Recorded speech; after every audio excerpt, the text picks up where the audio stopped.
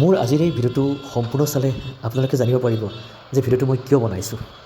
এই ভিডিঅ'টো বনোৱাৰ কাৰণে মোৰো লাভ হৈছে আৰু আপোনালোকৰো 100% লাভ হ'ব।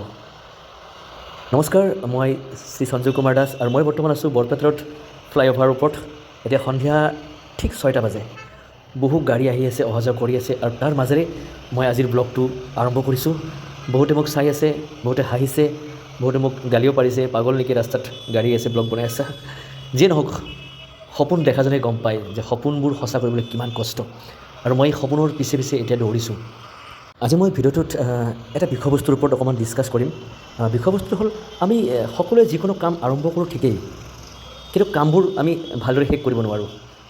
কিয় নোৱাৰোঁ জানে? কাৰণ আমি নিজৰ মনৰ পৰা কামবোৰ নকৰোঁ, আমি নিজৰ আগ্ৰহেৰে কামবোৰ নকৰোঁ, আমি বেলেগক দেখাত দেখি কামবোৰ কৰোঁ। দেখিছেনে গাড়ীবোৰ আহিছে, ভয়ো লাগে। আমি কামবোৰ মানে ভিতৰৰ পৰা নকৰোঁ, মনৰ পৰা নকৰোঁ, বেলেগক দেখি আমি কাম আৰম্ভ কৰোঁ। আৰু কি হয়, অতি কম সময়ত আমি সফল হ'ব খোজোঁ, আৰু যেতিয়া আমি অতি কম সময়ৰ ভিতৰত আমি সফল হ'ব নোৱাৰোঁ, আমি কামবোৰ আধাতে সামৰি দিওঁ, মানে এৰি পেলাওঁ। তেতিয়া কি হয়, মনত দুখ লাগে, ভাবোঁ মই আনচাকচেছ। কিন্তু নহয়, আচলতে আমাৰ ভিতৰত ধৈৰ্য নাই, আমাৰ নিজৰ ওপৰত বিশ্বাস নাই, যাৰ কাৰণে আমি এনেকুৱা আনচাকচেছৰ সন্মুখীন হওঁ। সেইকাৰণে যিকোনো কাম কৰিলে মনৰ পৰা কৰিব, আগ্ৰহেৰে কৰিব, বেলেগক দেখি নহয়।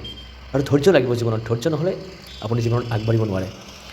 আজি বৰপেটা অভাৰব্ৰিজত বহু গাড়ী অহা যোৱা কৰি আছে, কাৰণ এই অভাৰব্ৰিজখন হোৱাৰ পিছত দক্ষিণৰ মানুহখিনিয়ে উত্তৰলৈ যোৱাত বহুত সুবিধা হৈছে, আৰু উত্তৰৰ মানুহখিনিয়ে দক্ষিণলৈ অহাত এই দেখিছে কিমান গাড়ী গৈছে, কিমান গাড়ী।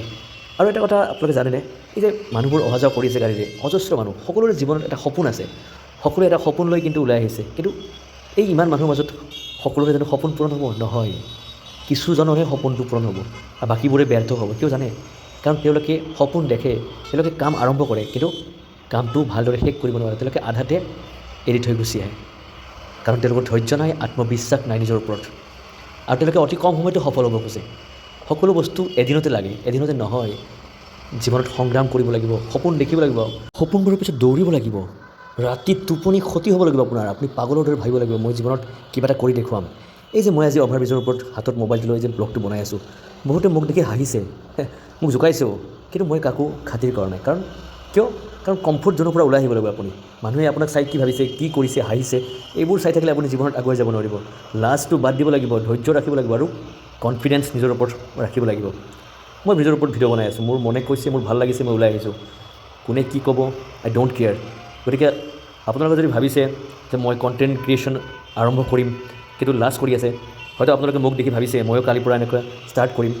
ভাবি নাথাকিব, আৰম্ভ কৰি দিয়ক। হাতত মোবাইলটো আছে এণ্ড্ৰইড, তো কালিৰ পৰাই আপুনি ব্লগিং কৰা ষ্টাৰ্ট কৰি দিয়ক। কাৰণ আমাৰ হাতত বেছি সময় নাই কিন্তু, কাৰণ মানুহৰ জীৱনটো বহুত সৰু, বেছি দিন জীয়াই নাথাকে আপুনি মই।